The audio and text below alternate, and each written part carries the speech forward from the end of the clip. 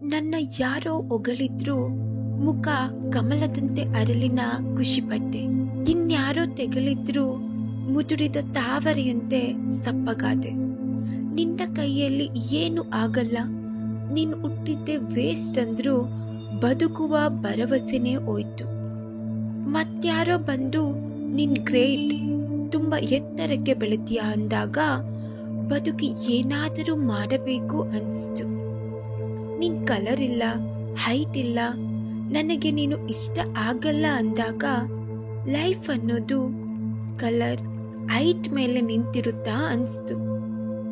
ಯಾಕೆ ನಮ್ಮ ಜೀವನ ಇನ್ನೊಬ್ಬರ ಭಾವನೆಗಳ ಮೇಲೆ ನಿಂತಿದೆ? ಅವರನ್ನ ಮೆಚ್ಚಿಸಿ ನಾವು ಬದುಕನ್ನು ಕಟ್ಟಿಕೊಳ್ಳುವುದು ಎಷ್ಟೋ ಮಟ್ಟಿಗೆ ಸರಿ?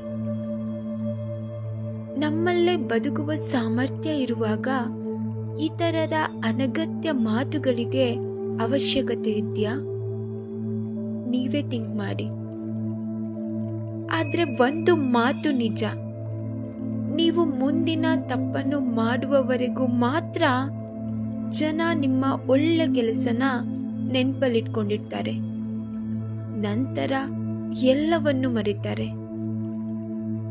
ಹೀಗಾಗಿ ಯಾರಾದರೂ ಹೊಗಳಿದ್ರೆ ಉಬ್ಬಿ ಹೋಗಬೇಡಿ. ಟೀಕೆ ಮಾಡಿದ್ರೆ ಖಿನ್ನತೆಗೆ ಒಳಗಾಗಬೇಡಿ. ಸಡನ್ಲಿ ಯಾರೋ ಬಂದು ನಿಮ್ಮಲ್ಲಿ ನಾನು ಒಬ್ಬನಾಗ್ತೀನಿ ಅಂತಾರೆ, ಆಮೇಲೆ ಅವರು ಅಪರಿಚಿತರಾಗ್ತಾರೆ. ಬಣ್ಣ ಹಾಕಿ ಬದುಕುವವರ ಜೀವನ ಒಂದು ತರ ಆದ್ರೆ, ಭಾವನೆಗಳಿಗೆ ಬಣ್ಣ ಹಚ್ಚಿ ಬದುಕುವವರ ಸ್ಥಿತಿ ಇನ್ನೊಂದು ತರ ಆಗಿರುತ್ತೆ.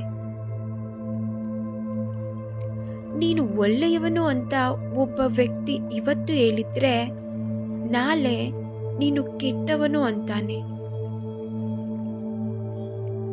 ಇವೆರಡರಲ್ಲಿ ನಮಗೆ ಖುಷಿಯಾಗೋದು ಬೇಜಾರಾಗೋದ್ಕಿಂತ ಮೊದಲು ನಾವು ನಮ್ಮ ಬಗ್ಗೆ ಏನು ಅಭಿಪ್ರಾಯ ಇಟ್ಕೊಂಡಿದ್ದೀವಿ, ನಾವು ಒಳ್ಳೆಯವರ ಕೆಟ್ಟೋರ ಅನ್ನೋದು ನಮಗೆ ಗೊತ್ತಿರಬೇಕು. ಆಗ ಮಾತ್ರ ನಾವು ಮುಂದೆ ಹೋಗೋದಕ್ಕೆ ಸಾಧ್ಯ ಆಗುತ್ತೆ. ನಿಮ್ಮ ಜೀವನ ನಿಮ್ಮ ಕೈಯಲ್ಲಿಯೇ ಇದೆ. ಈ ಕಥೆಯನ್ನೊಮ್ಮೆ ಕೇಳಿ. ಒಂದು ಊರಿನಲ್ಲಿ ಒಬ್ಬ ಒಂದು ದಿನಸಿ ಅಂಗಡಿ ಇಟ್ಟುಕೊಂಡು ವ್ಯಾಪಾರ ಮಾಡುತ್ತಿದ್ದ.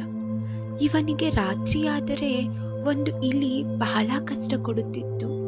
ಮೂಟೆಗಳನ್ನೆಲ್ಲ ಕತ್ತರಿಸಿ ಧಾನ್ಯಗಳನ್ನೆಲ್ಲ ಹಾಳು ಮಾಡುತ್ತಿತ್ತು. ಇದರಿಂದ ಬಹಳ ನಷ್ಟ ಅನುಭವಿಸಬೇಕಾಯಿತು. ಇವನ ಸ್ನೇಹಿತನೊಬ್ಬನಿಗೆ ಇದರ ಬಗ್ಗೆ ತಿಳಿಸಿದ.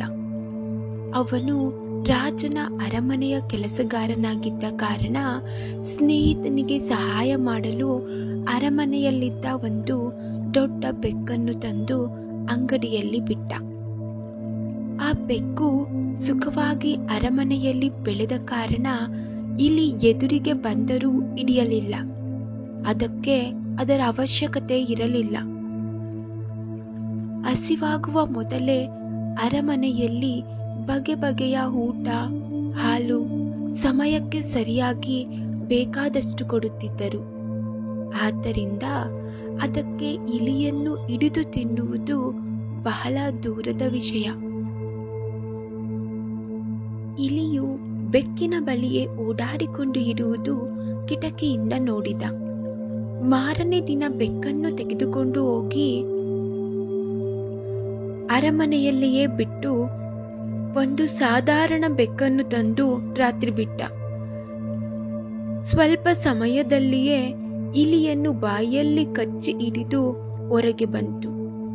ಆಗ ಅವನ ಸ್ನೇಹಿತನಿಗೆ ಹೇಳಿದ, 2 ಬೆಕ್ಕುಗಳೇ, ಆದರೂ ಒಂದು ಬೆಕ್ಕಿಗೆ ಬೆಕ್ಕಿನಂತೆ ಇರಲು ತಿಳಿದಿಲ್ಲ.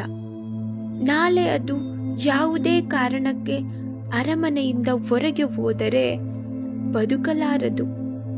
ಅದೇ ಈ ಬೆಕ್ಕು ನೋಡು, ಎಲ್ಲಿ ಬೇಕಾದರೂ ಜೀವಿಸಬಹುದು ಅಂದ. ಇದು ನಮ್ಮ ಜೀವನಕ್ಕೆ ಹಿಡಿದ ಕನ್ನಡಿಯಲ್ಲವೇ ಸ್ನೇಹಿತರೆ?